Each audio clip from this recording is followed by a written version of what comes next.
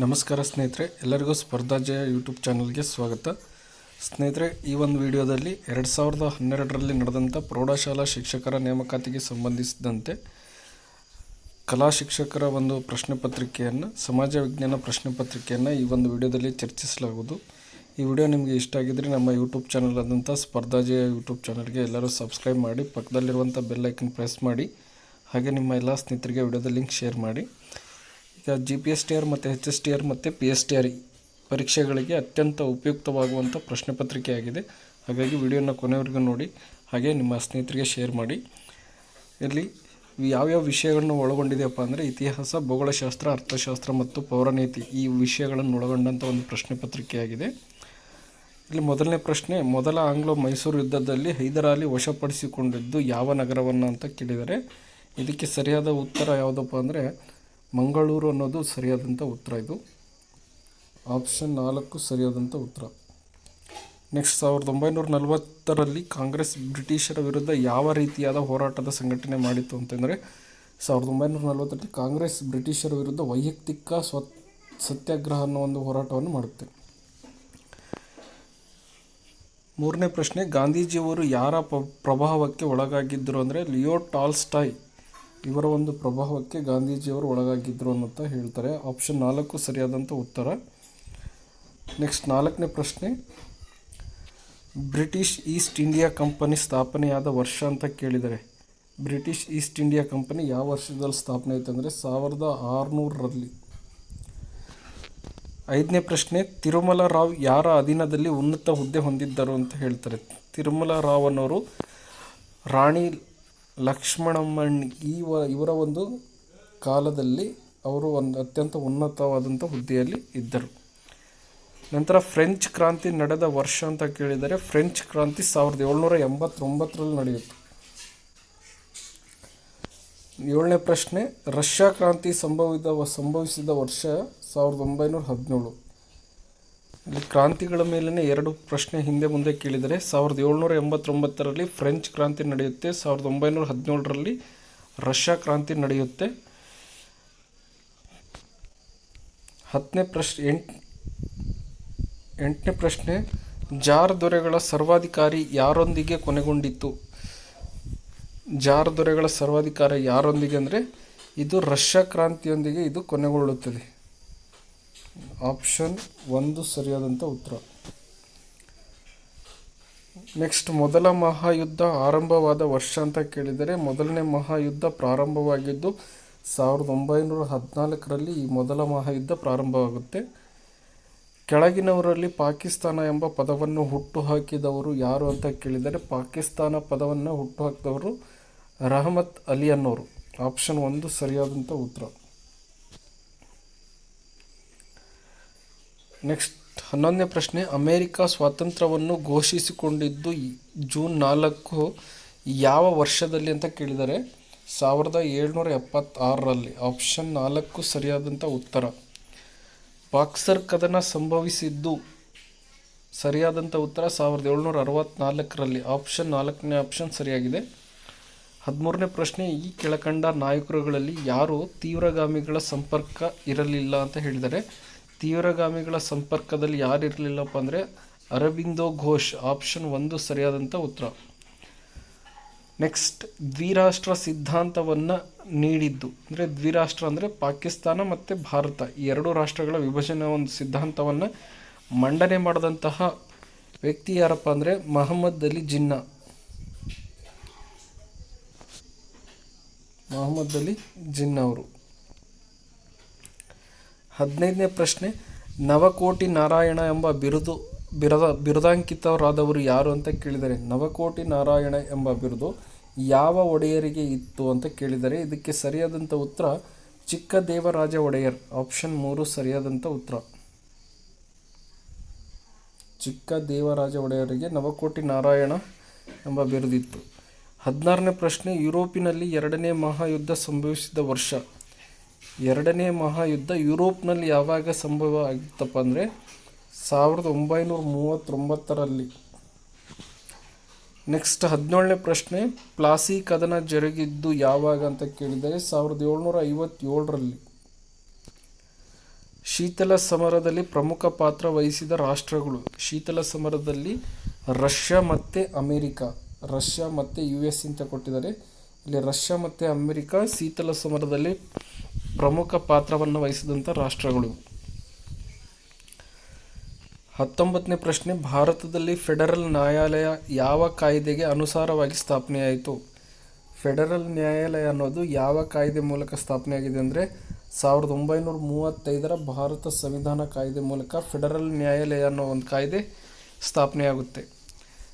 20ನೇ ಪ್ರಶ್ನೆ, ಮುಸ್ಲಿಮರಿಗೆ ಪ್ರತ್ಯೇಕ ಮತದಾನವನ್ನು ಯಾವ ಕಾಯ್ದೆಯಲ್ಲಿ ಪರಿಚಯಿಸಲಾಯಿತು? ಮುಸ್ಲಿಮರಿಗೆ ಪ್ರತ್ಯೇಕ ಮತದಾನ ಈ ಕಾಯ್ದೆ ಏನಪ್ಪ ಅಂದರೆ 1909 ಭಾರತ ಸಂವಿಧಾನ ಕಾಯ್ದೆ. 1909 ಕಾಯ್ದೆ.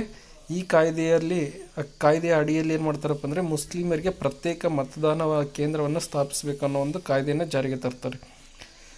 21ನೇ ಪ್ರಶ್ನೆ, 1857 ದಂಗೆಯನ್ನು ಭಾರತದ ಪ್ರಥಮ ಸ್ವಾತಂತ್ರ್ಯ ಸಂಗ್ರಾಮ ಎಂದು ಕರೆದವರು. 1857 ದಂಗೆನ ಭಾರತದ ಪ್ರಥಮ ಸ್ವಾತಂತ್ರ್ಯ ಸಂಗ್ರಾಮ ಅಂತ ಯಾರು ಕರೀತಾರೆ ಅಂದರೆ VD ಸಾವರ್ಕರ್. ಆಪ್ಷನ್ 3ನೇದು ಸರಿಯಾದಂಥ ಉತ್ತರ.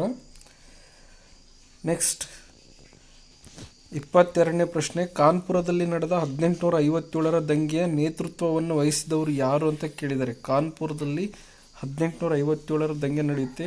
ಕಾನ್ಪುರ ದಂಗೆಯ ನೇತೃತ್ವವನ್ನು ನಾನಾ ಸಾಹೇಬ್. ಆಪ್ಷನ್ 4 ಸರಿಯಾದಂಥ ಉತ್ತರ.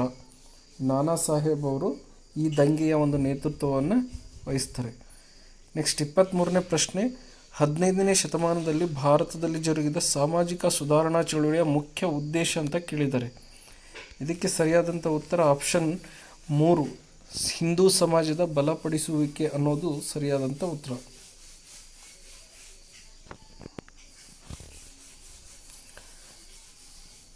24ನೇ ಪ್ರಶ್ನೆ, ಈ ಕೆಳಕಂಡ ಯಾವ ನಾಯಕರಿಗೆ ಪ್ರೊಟೆಸ್ಟೆಂಟ್ ಸುಧಾರಣಾ ಚಳುವಳಿಯ ಇತಿಹಾಸದಲ್ಲಿ ಖ್ಯಾತಿಯನ್ನು ತಂದುಕೊಟ್ಟಿದ್ದರು ಅಂದರೆ ಪ್ರೊಟೆಸ್ಟೆಂಟ್ ಸುಧಾರಣಾ ಚಳುವಳಿಯ ಇತಿಹಾಸದಲ್ಲಿ ಮಾರ್ಟಿನ್ ಲೂಥರ್. ಆಪ್ಷನ್ 2 ಸರಿಯಾದಂಥ ಉತ್ತರ. ಇವರು ಇತಿಹಾಸದಲ್ಲಿ ಒಂದು ದೊಡ್ಡ ಪ್ರಗತಿಯನ್ನು ತಂದಂತಹ ವ್ಯಕ್ತಿ. 25ನೇ ಪ್ರಶ್ನೆ, 1858 ರಾಣಿಯ ಘೋಷಣೆಯನ್ನು ಹೀಗೆಂದು ಕರೆಯುತ್ತಾರೆ. 1858 ರಾಣಿಯ ಘೋಷಣೆಯನ್ನು ಮ್ಯಾಗ್ನಾ ಕಾರ್ಟ್ ಅಂತ ಕರೀತಾರೆ. ಆಪ್ಷನ್ 4 ಸರಿಯಾದಂಥ ಉತ್ತರ. Magna cart. ಭಾರತದ ನೆಪೋಲಿಯನ್ ಎಂದು ಯಾರನ್ನು ಕರೆಯುತ್ತಾರೆ ಅಂತ ಕೇಳಿದರೆ ಸರಿಯಾದಂಥ ಉತ್ತರ ಸಮುದ್ರಗುಪ್ತ. ಸಮುದ್ರಗುಪ್ತನನ್ನು ಭಾರತದ ನೆಪೋಲಿಯನ್ ಅಂತ ಕರೀತಾರೆ. 27ನೇ ಪ್ರಶ್ನೆ, ಯಾವ ದೇಶವನ್ನು ಪುನರುಜ್ಜೀವನದ ತವರು ಮನೆ ಎನ್ನುತ್ತಾರೆ ಅಂತ ಕೇಳಿದರೆ ಇದಕ್ಕೆ ಸರಿಯಾದಂಥ ಉತ್ತರ ಆಪ್ಷನ್ 1 ಇಟಲಿ. ಪುನರುಜ್ಜೀವನದ ತವರು ಮನೆ ಅಂತ ಕರೀತಾರಲ್ಲ ಇಟಲಿನ. 28ನೇ ಪ್ರಶ್ನೆ, ಯಾವ ರಜಪೂತ್ ರಾಜ್ಯ ಔರಂಗಜೇಬನ ಮರಣದವರೆಗೂ ತಮ್ಮ ಸ್ವಾತಂತ್ರ್ಯಕ್ಕಾಗಿ ಹೋರಾಟವನ್ನು ನಡೆಸಿತು ಅಂತ ಕೇಳಿದರೆ ಇದಕ್ಕೆ ಸರಿಯಾದಂಥ ಉತ್ತರ ಮಾರವಾಡ ಅನ್ನೋ ಒಂದು ರಾಜ್ಯ ಔರಂಗಜೇಬನ ಮರಣದವರೆಗೂ ಸ್ವಾತಂತ್ರ್ಯಕ್ಕಾಗಿ ಹೋರಾಟವನ್ನು ನಡೆಸುತ್ತದೆ. 29ನೇ ಪ್ರಶ್ನೆ, ಕ್ರಿಶ್ಚಿಯನ್ನರ ಪವಿತ್ರ ಗ್ರಂಥ ಬೈಬಲ್ ಇವುಗಳನ್ನು ಒಳಗೊಂಡಿದೆ. ಬೈಬಲ್ ಅನ್ನೋದು ಯಾವ ಒಂದು ಕಮಾಂಡ್ಮೆಂಟ್ಗಳನ್ನು ಒಳಗೊಂಡಿದೆ ಅಂದರೆ ಒಟ್ಟು 10 ಕಮಾಂಡ್ಮೆಂಟ್ಗಳನ್ನು ಒಳಗೊಂಡಿದೆ. 30ನೇ ಪ್ರಶ್ನೆ, ಕೆಳಗಿನ ಯಾವ ದೇಶದ ಭೌಗೋಳಿಕ ಅನ್ವೇಷಣೆಯಲ್ಲಿ ಪ್ರಭುತ್ವವನ್ನು ಸಾಧಿಸಿತು? ಭೌಗೋಳಿಕ ಅನ್ವೇಷಣೆಯಲ್ಲಿ ಪ್ರಭುತ್ವವನ್ನು ಸಾಧಿಸಿದಂಥ ದೇಶ ಪೋರ್ಚುಗಲ್. 31ನೇ ಪ್ರಶ್ನೆ, ಉತ್ತರ ಭಾರತದ ಮೊಟ್ಟ ಮೊದಲ ಪ್ರಸಿದ್ಧ ಭಕ್ತಿ ಸಂತ ಯಾರು ಅಂತ ಕೇಳಿದ್ದಾರೆ. ಭಕ್ತಿ ಸಂತ ಯಾರಪ್ಪ ಅಂದರೆ ಉತ್ತರ ಭಾರತದಲ್ಲಿ ಮೊಟ್ಟ ಮೊದಲ ಭಕ್ತಿ ಸಂತ ರಮಾನಂದ. ಆಪ್ಷನ್ 4 ಸರಿಯಾದಂಥ ಉತ್ತರ. ದಾಸಬೋಧದ ಕರ್ತೃ ಯಾರು ಅಂತ ಕೇಳಿದರೆ ದಾಸಬೋಧದ ಕರ್ತೃ ಯಾರಪ್ಪ ಅಂದರೆ ರಾಮದಾಸ್. ಮೆಹೆಂಜೋದಾರೋ ಪದದ ಅರ್ಥವೇನು ಅಂತ ಕೇಳಿದ್ದಾರೆ. 33ನೇ ಪ್ರಶ್ನೆ, ಈ ಮೆಹೆಂಜೋದಾರೋ ಅನ್ನೋ ಪದದ ಅರ್ಥ ಏನಪ್ಪ ಅಂದರೆ ಸತ್ತವರ ದಿಬ್ಬ ಅಥವಾ ಮಡಿದವರ ದಿಬ್ಬ ಅಂತ ಕರೀತಾರೆ. 34ನೇ ಪ್ರಶ್ನೆ, ತಹಕೀಕ್-ಇ-ಹಿಂದ್ ಭಾರತದ ವಾಸ್ತವಿಕತೆ ಕೃತಿಯನ್ನು ಬರೆದವರು ಯಾರು ಅಂತ ಕೇಳಿದರೆ ಅಲ್ಬರೋನಿ. ತಹಕೀಕ್-ಇ-ಹಿಂದ್ ಅನ್ನೋ ಒಂದು ಕೃತಿಯನ್ನು ಬರೆದವನು ಅಲ್ಬರೋನಿ. 35ನೇ ಪ್ರಶ್ನೆ, ಇಕ್ತಾದಾರರನ್ನು ದೆಹಲಿ ಸುಲ್ತಾನರ ಕಾಲದಲ್ಲಿ ಈ ರೀತಿಯಾಗಿ ಕರೆಯುತ್ತಿದ್ದರು. ಇಕ್ತಾದಾರರನ್ನು ದೆಹಲಿ ಸುಲ್ತಾನರ ಕಾಲದಲ್ಲಿ ಶೇಖ್ ಎಂದು ಕರೆಯುತ್ತಿದ್ದರು. ಆಪ್ಷನ್ 1 ಸರಿಯಾದಂಥ ಉತ್ತರ. 36ನೇ ಪ್ರಶ್ನೆ, ಮೌರ್ಯರ ಯಾವ ದೊರೆ ತನ್ನ ಕೊನೆಯ ದಿನಗಳಲ್ಲಿ ಸಿಂಹಾಸನ ತ್ಯಜಿಸಿ ಜೈನ ಸನ್ಯಾಸಿ ಭದ್ರಭಾವನೊಡನೆ ದಕ್ಷಿಣ ಭಾರತಕ್ಕೆ ಬಂದನು ಅಂತ ಹೇಳಿದರೆ, ಇದಕ್ಕೆ ದಕ್ಷಿಣ ಭಾರತಕ್ಕೆ ಬಂದಂತಹ ಮೌರ್ಯ ಸಾಮ್ರಾಜ್ಯದ ಚಕ್ರವರ್ತಿ ಯಾರಪ್ಪ ಅಂದರೆ ಚಂದ್ರಗುಪ್ತ ಮೌರ್ಯ. ಆಪ್ಷನ್ 4 ಸರಿಯಾದಂಥ ಉತ್ತರ.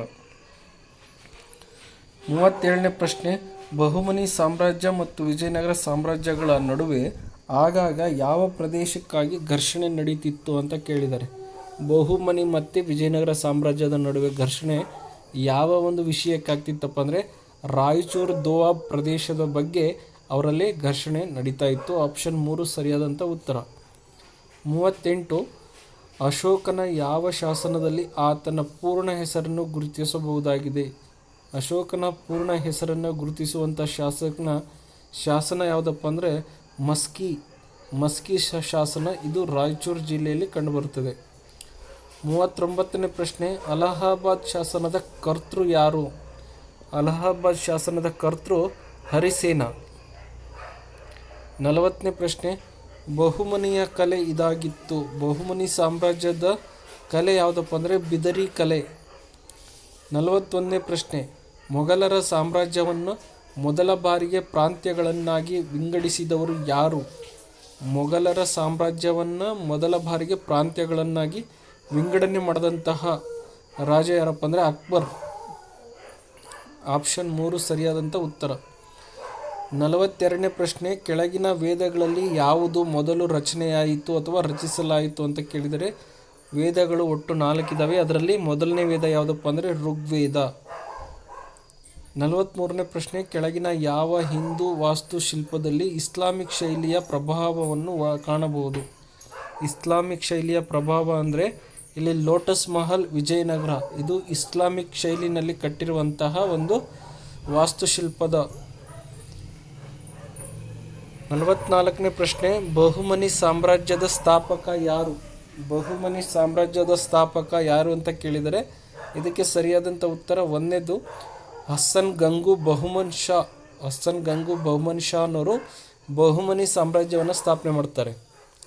45ನೇ ಪ್ರಶ್ನೆ, 3 ಕರ್ನಾಟಿಕ್ ಯುದ್ಧಗಳು ಇವರುಗಳ ನಡುವೆ ಜರುಗಿದೆವು. 3 ಕರ್ನಾಟಿಕ್ ಯುದ್ಧಗಳು ನಡೀತವೆ. ಅದು ಯಾರ ನಡುವೆ ನಡೆಯುತ್ತಪ್ಪ ಅಂದರೆ ಬ್ರಿಟಿಷರು ಮತ್ತು ಫ್ರೆಂಚರ ನಡುವೆ ನಡೆದಂತಹ ಯುದ್ಧಗಳು.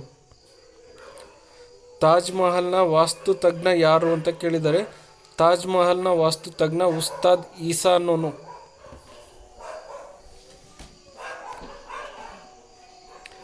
47ನೇ ಪ್ರಶ್ನೆ, ಶಿವಾಜಿ ಎಲ್ಲಿ ಜನಿಸಿದನು? ಶಿವಾಜಿ 4ನೇ ಆಪ್ಷನ್ ಶಿವನೇರಿ ದುರ್ಗ, ಈ ಒಂದು ಪ್ರದೇಶದಲ್ಲಿ ಶಿವಾಜಿ ಜನಿಸಿದನು. 48ನೇ ಪ್ರಶ್ನೆ, ಶಿವಾಜಿಯ ಮಂತ್ರಿಮಂಡಲವನ್ನು ಏನೆಂದು ಕರೆಯುತ್ತಿದ್ದರು? ಶಿವಾಜಿಯ ಮಂತ್ರಿಮಂಡಲವನ್ನು ಆಪ್ಷನ್ 2 ಅಷ್ಟಪ್ರಧಾನರು ಎಂದು ಕರೆಯುತ್ತಿದ್ದರು. 49ನೇ ಪ್ರಶ್ನೆ, ವೇದಗಳ ಕಾಲದಲ್ಲಿ ಬುಡಕಟ್ಟು ಸಭೆಗಳು. ವೇದಗಳ ಕಾಲದಲ್ಲಿ ಬುಡಕಟ್ಟಿನಲ್ಲಿ 2 ಸಮಿತಿಗಳನ್ನು ರಚನೆಯಾಗಿದ್ವು. ಒಂದು ಸಭಾ ಮತ್ತು ಇನ್ನೊಂದು ಸಮಿತಿ. ಈ 2 ಸಭೆಗಳು ಇಲ್ಲಿ ಬುಡಕಟ್ಟು ಕಾಲದಲ್ಲಿ ವೇದಗಳ ಕಾಲದಲ್ಲಿ ಬುಡಕಟ್ಟು ಸಭೆಗಳಾಗಿ ಪರಿಣಮಿಸಿದವೆ. 50ನೇ ಪ್ರಶ್ನೆ, ಅಲ್ಲಾವುದ್ದೀನ್ ಖಿಲ್ಜಿಯ ಪ್ರಸಿದ್ಧ ದಂಡನಾಯಕ. ಅಲ್ಲಾವುದ್ದೀನ್ ಖಿಲ್ಜಿಯ ಪ್ರಸಿದ್ಧ ದಂಡನಾಯಕ ಯಾರಪ್ಪ ಅಂದರೆ ಮಲ್ಲಿಕಾಪುರ್. 51ನೇ ಪ್ರಶ್ನೆ, ಯಾವ ಗುಂಪಿಗೆ ರಾಷ್ಟ್ರಗಳಲ್ಲಿ ಅವುಗಳ ಕಾರ್ಮಿಕರಲ್ಲಿ 20% ಕೈಗಾರಿಕಾ ಕ್ಷೇತ್ರದಲ್ಲಿ ಮತ್ತು 50%ಕ್ಕೂ ಮಿಗಿಲಾಗಿ ಸೇವಾ ಕ್ಷೇತ್ರದಲ್ಲಿ ನಿರತರಾಗಿದ್ದಾರೆ? ಇದು USA ಮತ್ತು ರಷ್ಯಾ, ಫ್ರಾನ್ಸ್. ಈ ಒಂದು ದೇಶಗಳಲ್ಲಿ ಕಾರ್ಮಿಕರಲ್ಲಿ 20% ಮತ್ತು ಕೈಗಾರಿಕಾ ಕ್ಷೇತ್ರದಲ್ಲಿ 50ಕ್ಕೂ ಮತ್ತು ಸೇವಾ ಕ್ಷೇತ್ರದಲ್ಲಿ ನಿರತರಾಗಿರುವಂತಹ ಈ ಒಂದು ದೇಶಗಳಲ್ಲಿ ಕಾಣಬಹುದು. ಯಾವೆರಡು ಗಿರಿಜನ ಗುಂಪುಗಳು ಗಣಿಗಾರಿಕೆಗಳಿಂದಾಗಿ ಅತೀವ ಪರಿಣಾಮಕ್ಕೊಳಗಾಗಿವೆ? ಅಬ್ಜರಿನ್ಸ್ ಮತ್ತು ರೆಡ್ ಇಂಡಿಯನರ್. ಆಪ್ಷನ್ 1 ಸರಿಯಾದಂಥ ಉತ್ತರ. 53ನೇ ಪ್ರಶ್ನೆ, ಮಾನ್ಸೂನ್ ವಾಯುಗುಣದಲ್ಲಿ ಸಮಭಾಜಕ ಉಷ್ಣತ ನಿಮ್ನತೆಯು ಹಿಮಾಲಯ ಪರ್ವತ ಪ್ರದೇಶವನ್ನು ತಲುಪುವುದು ಯಾವಾಗಲೆಂದರೆ ಜುಲೈ ತಿಂಗಳ ಮಧ್ಯದಲ್ಲಿ. ಆಪ್ಷನ್ 2 ಸರಿಯಾದಂಥ ಉತ್ತರ. 54ನೇ ಪ್ರಶ್ನೆ, ಸಮಶೀತೋಷ್ಣ ವಲಯದ ಕಾಡುಗಳಿಗೆ ಹೊರತಾದ 2 ಸಸ್ಯಗಳೆಂದರೆ, ಅಂದರೆ ಸಮಶೀತೋಷ್ಣ ವಲಯದಲ್ಲಿ ಈ ಒಂದು ಕಾಡುಗಳಲ್ಲಿ ಕಂಡು ಬಾರದೇ ಇರುವಂತಹ, ಅಂದರೆ ಬೆಳೆಯದೇ ಇರುವಂತಹ ಸಸ್ಯಗಳು ಯಾವ್ಯಾವಪ್ಪ ಅಂದರೆ ಐವರಿ ಮತ್ತು ಎಬೋನಿ ಮರಗಳು.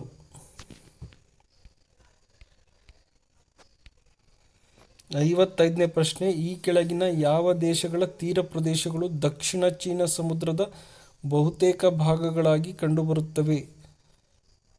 ವಿಯತ್ನಾಂ ಮತ್ತು ಫಿಲಿಪೈನ್ಸ್ ಮತ್ತು ಸಾರವಾಕ್ ಅನ್ನೋ ಈ ಒಂದು ಪ್ರದೇಶಗಳಲ್ಲಿ ಹೆಚ್ಚಾಗಿ ಚೀನಾ ಸಮುದ್ರದ ಬಹುತೇಕ ಭಾಗಗಳಲ್ಲಿ ಇವು ಕಂಡುಬರುತ್ತವೆ. 56ನೇ ಪ್ರಶ್ನೆ, ಆಫ್ರಿಕಾದಲ್ಲಿ 2 ಸರೋವರಗಳು ವೈಟ್ ನೈಲ್ ನದಿಯ ಉಗಮಕ್ಕೆ ಸಂಬಂಧಿಸಿವೆ, ಅವುಗಳೆಂದರೆ? ವೈಟ್ ನೈಲ್ ನದಿಯನ್ನು ಈ ಒಂದು ಉಗಮಕ್ಕೆ ಸಂಬಂಧಿಸಿದಂಥ 2 ಪ್ರಮುಖ ಸರೋವರಗಳೆಂದರೆ ಆಲ್ಬರ್ಟ್ ಸರೋವರ ಮತ್ತು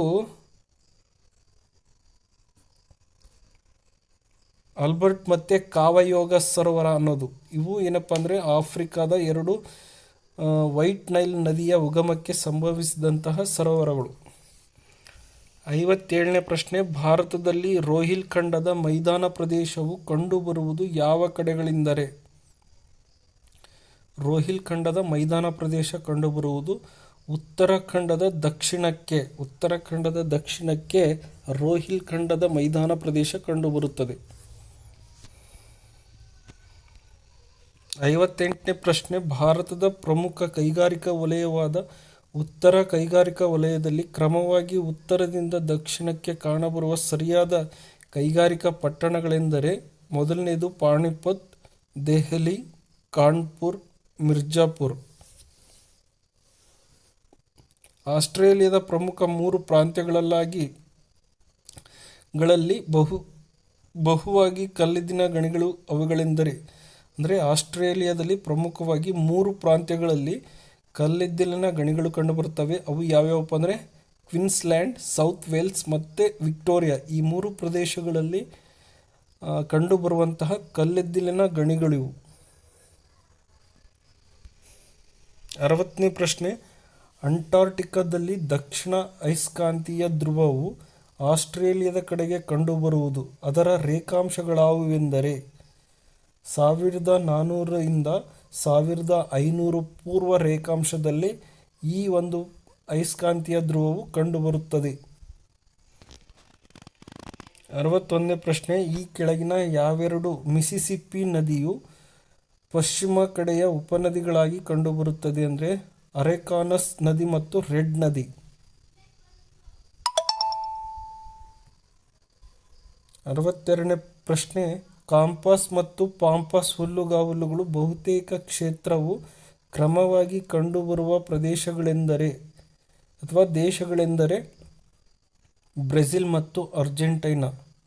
ಕಾಂಪಾಸ್ ಅನ್ನೋದು ಬ್ರೆಜಿಲ್ನಲ್ಲಿ, ಪಾಂಪಾಸ್ ಅನ್ನೋದು ಅರ್ಜೆಂಟೈನಾದಲ್ಲಿ. 63ನೇ ಪ್ರಶ್ನೆ, ಭೂಗೋಳಶಾಸ್ತ್ರದ ಯಾವೆರಡು ಉಪಶಾಖೆಗಳು ಭೌತಿಕ ಭೂಗೋಳಶಾಸ್ತ್ರದ ಭಾಗಗಳೆಂದು ಪರಿಗಣಿಸಲಾಗಿದೆ? ಆಪ್ಷನ್ 3 ಮಣ್ಣಿನ ಶಾಸ್ತ್ರ ಮತ್ತು ಸಾಗರಶಾಸ್ತ್ರಗಳು. 64ನೇ ಪ್ರಶ್ನೆ, ಭೂ ಅಂತರಿಕ್ಷಸ್ತರಗಳಲ್ಲಿ ಒಂದು ಕಡಿಮೆ ಹರಿಯುವಿಕೆ ಮತ್ತು ಕಡಿಮೆ ವೇಗ ಮುಂತಾದ ಲಕ್ಷಣಗಳನ್ನು ಹೊಂದಿವೆ, ಅವು ಯಾವುವೆಂದರೆ? ಮೊದಲನೇ ಆಪ್ಷನ್ ಮ್ಯಾಂಟಲ್, ಅತಿ ಮೇಲ್ಭಾಗ. ಇದು ಸರಿಯಾದಂಥ ಉತ್ತರ. 65ನೇ ಪ್ರಶ್ನೆ, ವಿಶ್ವ ಉಗಮದ ಬಗ್ಗೆ ಸಿದ್ಧಾಂತವನ್ನು ಮಂಡಿಸಿದ ಇಬ್ಬರು ವಿಜ್ಞಾನಿಗಳೆಂದರೆ? ಥಾಮಸ್ ಗೋಲ್ಡ್ ಮತ್ತು ಫ್ರೆಡ್ ಹಾಯ್ಲ್. 66ನೇ ಪ್ರಶ್ನೆ, ಭೂವಾಯುಮಂಡಲದ ಪದರಗಳಲ್ಲಿ ಸಮೋಷ್ಣವಲಯ ಪದರಗಳೆಂದರೆ? ಸ್ಟ್ರಾಟೋಸ್ಫಿಯರ್. ಭೂವಾಯುಮಂಡಲದ ಪದರಗಳಲ್ಲಿ ಸಮೋಷ್ಣ ವಲಯವನ್ನು ಇಂಗ್ಲಿಷ್ನಲ್ಲಿ ಸ್ಟ್ರಾಟೋಸ್ಫಿಯರ್ ಎಂದು ಕರೆಯುತ್ತಾರೆ. 67ನೇ ಪ್ರಶ್ನೆ, ಈ ಕೆಳಗಿನವುಗಳಲ್ಲಿ ಯಾವುದು ಮರುಭೂಮಿಯ ಭಾಗಗಳಿಗೆ ಸೇರಿರದ ಅಂಶವಾಗಿದೆ? ಮರುಭೂಮಿಗೆ ಸೇರದೇ ಇರುವಂಥ ಅಂಶಗಳು ಏನಪ್ಪ ಅಂದರೆ ಸಾಮಾನ್ಯವಾಗಿ ಬಹುಸಂಖ್ಯೆಯಲ್ಲಿ ವಲಸೆ ಹೋಗುವ ಪ್ರಾಣಿಗಳು. ಇದು ಮರುಭೂಮಿಗೆ ಸಂಬಂಧಿಸದೇ ಇರುವಂತಹ ಒಂದು ಪ್ರಮುಖ ಅಂಶವಾಗಿದೆ. 68ನೇ ಪ್ರಶ್ನೆ, ಮೆಡಿಟರೇನಿಯನ್ ವಾಯುಗುಣ ಮತ್ತು ಪ್ರದೇಶದಲ್ಲಿ ಮಿಸ್ಟ್ರಲ್ ಮತ್ತು ಬೋರಾ ಬಗೆಯ ಸ್ಥಳೀಯ ಗಾಳಿಗಳು ಮುಖ್ಯವಾಗಿ ಬೀಸುವುದು ಉತ್ತರದಿಂದ ದಕ್ಷಿಣಕ್ಕೆ. ಮಿಸ್ಟ್ರಲ್ ಮತ್ತು ಬೋರಾ ಬಗೆಯ ಸ್ಥಳೀಯ ಗಾಳಿಗಳು ಯಾವ ದಿಕ್ಕಿನಿಂದ ಯಾವ ಕಡೆ ಅಂದರೆ ಉತ್ತರದಿಂದ ದಕ್ಷಿಣಕ್ಕೆ ಈ ಗಾಳಿಯು ಬೀಸುತ್ತದೆ. ಆಪ್ಷನ್ 2 ಸರಿಯಾದಂಥ ಉತ್ತರ. 69ನೇ ಪ್ರಶ್ನೆ, ಈ ಕೆಳಗಿನವುಗಳಲ್ಲಿ ಯಾವುದು ಪುನರ್ಬಳಕೆ ಬರಬಲ್ಲ ಸಂಪನ್ಮೂಲಗಳಿಗೆ ಹೊರತಾದದ್ದು? ಔಷ್ಣೋಯ ಶಕ್ತಿ ಮತ್ತು ಅಣುಶಕ್ತಿ. ಇವು ಏನಪ್ಪ ಅಂದರೆ ಪುನರ್ಬಳಕೆಗೆ ಬರಬಲ್ಲ ಅಂದರೆ ಪುನರ್ಬಳಕೆ ಮಾಡುವಂತಹ ಒಂದು ಸಂಪನ್ಮೂಲಗಳು ಅಂತ ಕೇಳಿದ್ದಾರೆ.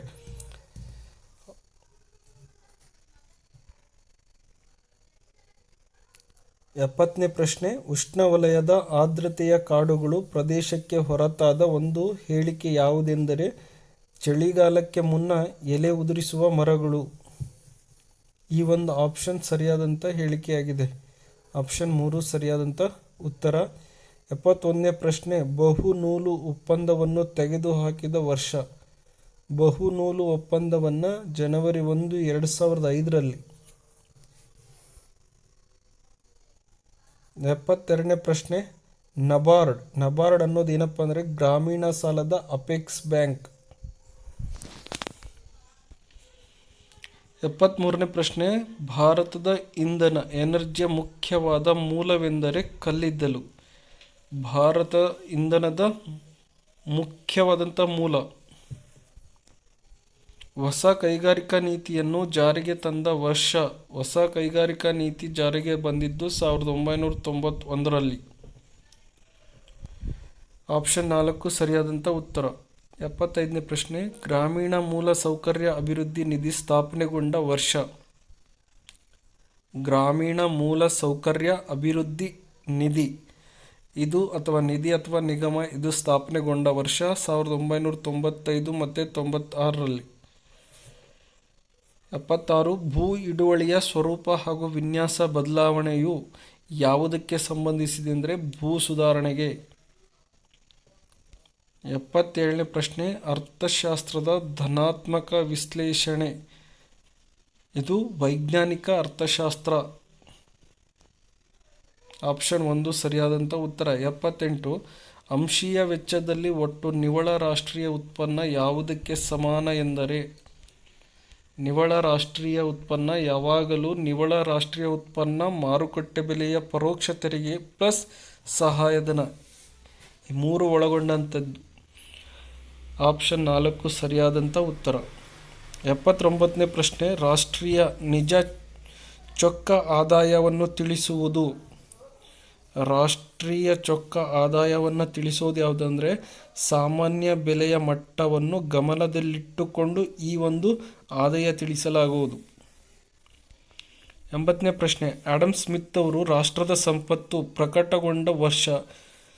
ಈ ಒಂದು ಗ್ರಂಥವನ್ನು ರಚನೆ ಮಾಡ್ತಾರೆ ಆಡಮ್ ಸ್ಮಿತ್ ಅವರು. ರಾಷ್ಟ್ರದ ಸಂಪತ್ತು, ವೆಲ್ತ್ ಆಫ್ ನೇಷನ್ ಅಂತ ಇಂಗ್ಲೀಷ್ನಲ್ಲಿ ಹೇಳ್ತಾರೆ. ಈ ಒಂದು ಗ್ರಂಥ ಪ್ರಕಟಗೊಂಡಂಥ ವರ್ಷ 1776. ಆಪ್ಷನ್ 1 ಸರಿಯಾದಂಥ ಉತ್ತರ. 81ನೇ ಪ್ರಶ್ನೆ, ಅರ್ಥಶಾಸ್ತ್ರದ ಕ್ಷೇಮಾಭಿವೃದ್ಧಿ ವ್ಯಾಖ್ಯೆ ನೀಡಿದವರು? ಅರ್ಥಶಾಸ್ತ್ರದ ಬಗ್ಗೆ ಕ್ಷೇಮಾಭಿವೃದ್ಧಿ ವ್ಯಾಖ್ಯಾನ ನೀಡಿದವರು ಯಾರಪ್ಪ ಅಂದರೆ ಆಲ್ಫ್ರೆಡ್ ಮಾರ್ಷಲ್. 82ನೇ ಪ್ರಶ್ನೆ, ಯೋಜನಾ ಆಯೋಗದ ಅಧ್ಯಕ್ಷರು ಯಾರು ಅಂತ ಕೇಳಿದರೆ ಈಗ ಯೋಜನಾ ಆಯೋಗವನ್ನು ತೆಗೆದು ನೀತಿ ಆಯೋಗ ಜಾರಿಗೆ ಬಂದಿದೆ 2015ರಿಂದ. ಯೋಜನಾ ಆಯೋಗದ ಅಧ್ಯಕ್ಷರು ಆವಾಗ ಪ್ರಧಾನಮಂತ್ರಿ ಇದ್ದರು.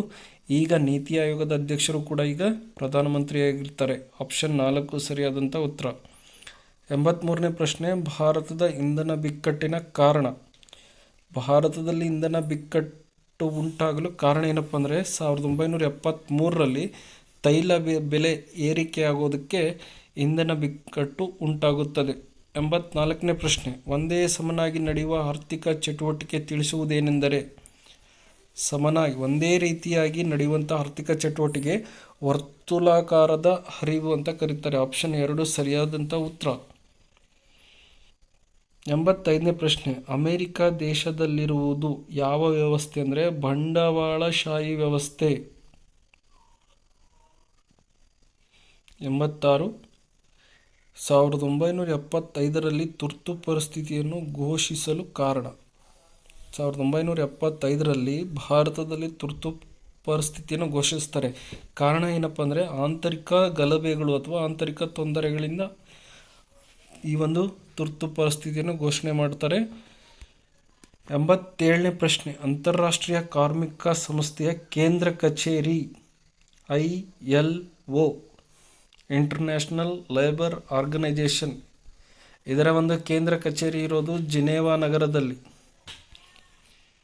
88, ರಾಷ್ಟ್ರೀಯ ಅಭಿವೃದ್ಧಿ ಮಂಡಳಿಯು ಈ ಕೆಳಕಂಡವನ್ನು ಒಳಗೊಂಡಿರುತ್ತದೆ. ರಾಷ್ಟ್ರೀಯ ಅಭಿವೃದ್ಧಿ ಮಂಡಳಿ ಪ್ರಧಾನಮಂತ್ರಿ ಮತ್ತು ಆಯಾ ರಾಜ್ಯಗಳ ಮುಖ್ಯಮಂತ್ರಿಗಳನ್ನು ಒಳಗೊಂಡಿರುತ್ತದೆ. ಕರ್ನಾಟಕದ ಈಗಿನ ಕಾನೂನು ಮಂತ್ರಿ ಅಂದರೆ ಪರೀಕ್ಷೆ ನಡೆದಂಥ ಸಂದರ್ಭದಲ್ಲಿ ಸುರೇಶ್ ಕುಮಾರ್ ಅವರಿದ್ದರು 2012ರಲ್ಲಿ. ಪ್ರಸ್ತುತವಾಗಿ ಯಾರಿದ್ದಾರೆ ಅದನ್ನು ನೀವು GKನಲ್ಲಿ ಅಪ್ಡೇಟ್ ಮಾಡ್ಕೊಳ್ಳಿ. ಆಪ್ಷನ್ 2 ಸರಿಯಾದಂಥ ಉತ್ತರ. ಭಾರತೀಯ ರಿಸರ್ವ್ ಬ್ಯಾಂಕನ್ನು ಸ್ಥಾಪಿಸಿದ ಶಾಸನ RBI ಸ್ಥಾಪನೆಯಾಗಿದ್ದು 1935 ಭಾರತ ಸಂವಿಧಾನದ ಕಾಯ್ದೆ ಪ್ರಕಾರ ಇದನ್ನು ಸ್ಥಾಪನೆ ಮಾಡ್ತಾರೆ. 91ನೇ ಪ್ರಶ್ನೆ, ಸಂವಿಧಾನ ರಚನಾ ಕಾರ್ಯಕ್ಕೆ ಸಂವಿಧಾನ ಸಭೆಯಲ್ಲಿ ಸೇರಿಸಲ್ಪಟ್ಟಿದ್ದ ಕರ್ನಾಟಕದ ಒಬ್ಬ ಪ್ರಮುಖ ಸದಸ್ಯರು DP ಕಮರಾಕರ್. 92, ಆಗ್ನೇಯ ಏಷ್ಯಾ ಪ್ರಾದೇಶಿಕ ಸಹಕಾರ ಸಂಸ್ಥೆಯ ಪ್ರಥಮ ಸಭೆ ನಡೆದಿದ್ದು ಢಾಕಾ. ಆಪ್ಷನ್ 1 ಸರಿಯಾದಂಥ ಉತ್ತರ. ಪ್ರಜಾಪ್ರಭುತ್ವವು ಹಲವರಿಂದ, ಸರ್ಕಾರ ಒಬ್ಬರಿಂದಲ್ಲ ಹಾಗೆಂದು ನಿರೂಪಿಸಿದವನು. ಈ ಒಂದು ವ್ಯಾಖ್ಯಾನವನ್ನು ನೀಡಿದವರು ಯಾರಪ್ಪ ಅಂದರೆ ಪೆರಿಕ್ಲಿನ್. ಪ್ರಜಾಪ್ರಭುತ್ವವು ಹಲವರಿಂದಾದ, ಸರ್ಕಾರ ಒಬ್ಬರಿಂದಲ್ಲ ಎಂಬ ವ್ಯಾಖ್ಯಾನ ನೀಡಿದವರು. ಇದನ್ನು ಹೇಳಿದವರು ಯಾರಪ್ಪ ಅಂದರೆ ಪೆರಿಕ್ಲಿನ್. ಸ್ವರಾಜ್ಯ ಎಂಬ ಕಲ್ಪನೆಯನ್ನು ಚೆನ್ನಾಗಿ ವಿವರಿಸುವ ಪುಸ್ತಕ. ಆಪ್ಷನ್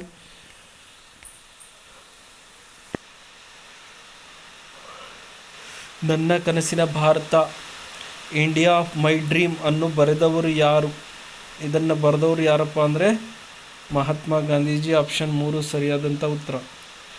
95ನೇ ಪ್ರಶ್ನೆ, ಭಾರತದ ವಿದೇಶಾಂಗ ನೀತಿಯ ಹಲವಾರು ಅಂಶಗಳ ಮೇಲೆ ಆಧಾರಿತವಾಗಿದೆ. ಅದರಲ್ಲಿ ಒಂದು ಇದಾಗಿದೆ, ಪಂಚಶೀಲ ತತ್ವಗಳು. 96ನೇ ಪ್ರಶ್ನೆ, ಕೆಳಗಿನ ಯಾವ ವಿಧಿಯಲ್ಲಿ ಮೂಲಭೂತ ಕರ್ತವ್ಯಗಳನ್ನು ಕಾಣಬಹುದು?